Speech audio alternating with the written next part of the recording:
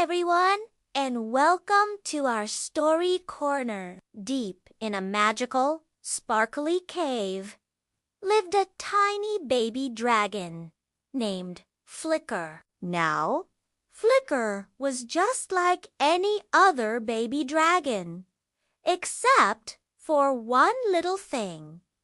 He had a terrible case of and when Flicker sneezed, it wasn't just a tiny achoo. Every time he let one out, a shower of glittering sparks would fly from his nose. A minus achoo. A puff of pink sparks shot out and tickled the grumpy gnome's beard, making it frizz up like a dandelion puff. The gnome just blinked in surprise.